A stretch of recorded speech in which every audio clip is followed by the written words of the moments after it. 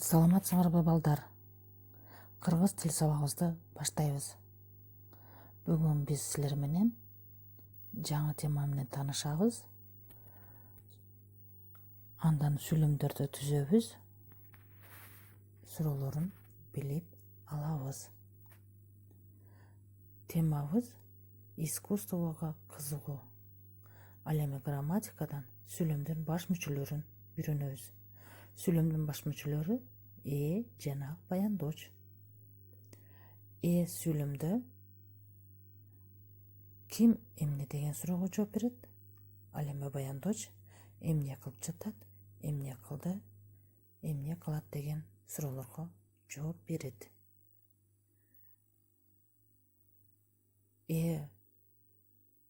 Эде сүйлөмдүн ээсинде балдар ким деген суроо жалаң жандуу заттарга берилет. Ал дегенибиз адамдарга гана тиешелүү.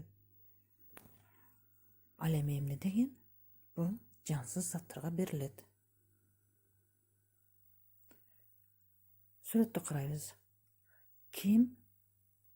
Чыңгыз Айтматов. Ким? Жазуучу. Ким? Эне. Ким? Бала. Мынакей балдар, бул жерден жалаң жандуу заттарды көрүп турабыз. Демек адамдарды. Адамдарга ким деген суроо берилет экен. Эмне деген сурообуз жансыз заттарга берилет жана жаныбарларга берилет. Мисалы, эмне? Ручка, дептер, китеп, ат, уй, ит, тоок. Мынакей балдар, суроолорду билип алдык. Эми баянdoошко берүүчү суроолорду үйрөнөбүз. Эмне кылды? Көрдү, жазды, окуду, ойноду. Окуучулар эмне деп жазышыптыр? Окуучулар мугалим деп жазышыптыр. Демек кыймыл аракет качан болду? Кыймыл аракет өткөн чакта. Экинчи сүрөткө көңүл бурабыз. Эмне кылып жатат? Ойноп жатат, ырдап жатат. Балдар сахнада эмне кылып жатышат, балдар? Балдар сахнада ырдап, ойноп, бийлеп жатышат. Демек, бир гана окуу менен чектелбестен, ийримдерге да катышуу керек экен. Бул эмнеге алып барат экен, балдар? Биздин чыгармачылыкка үйрөтөт экен. Кийинки сурообуз эмне кылат? Ойнойт, өсөт, чуркайт. Актан эмне кылат? Ойнойт. Акылайчы? Акылай, чуркайт. Спортсмендер гимнастика жасайт. Демек балдар, кыймыл аракет качан болот экен? Эми болот. Ойнойт, өсөт, чуркайт. Эми суроолорду түзөлү, сүйлөмдөрдү түзөлү балдар. Актан топ ойноду. Ким ойноду? Актан. Актан эмне кылды? Ойноду.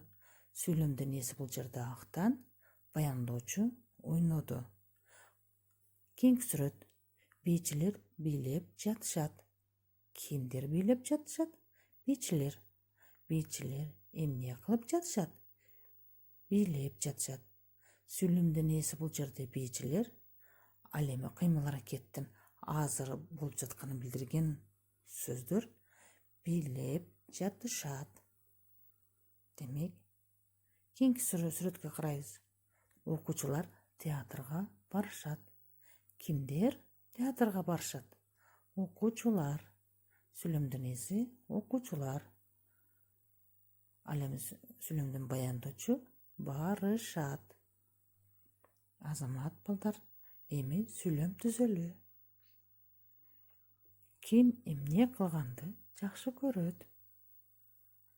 Менин апам китеп окуганды жакшы көрөт.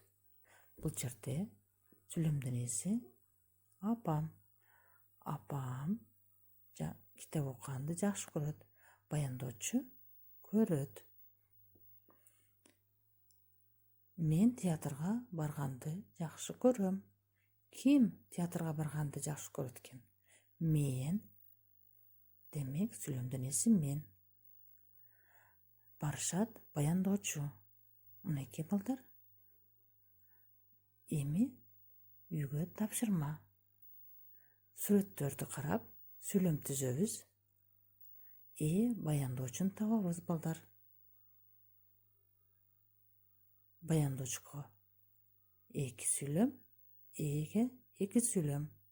Саламатта калгыла.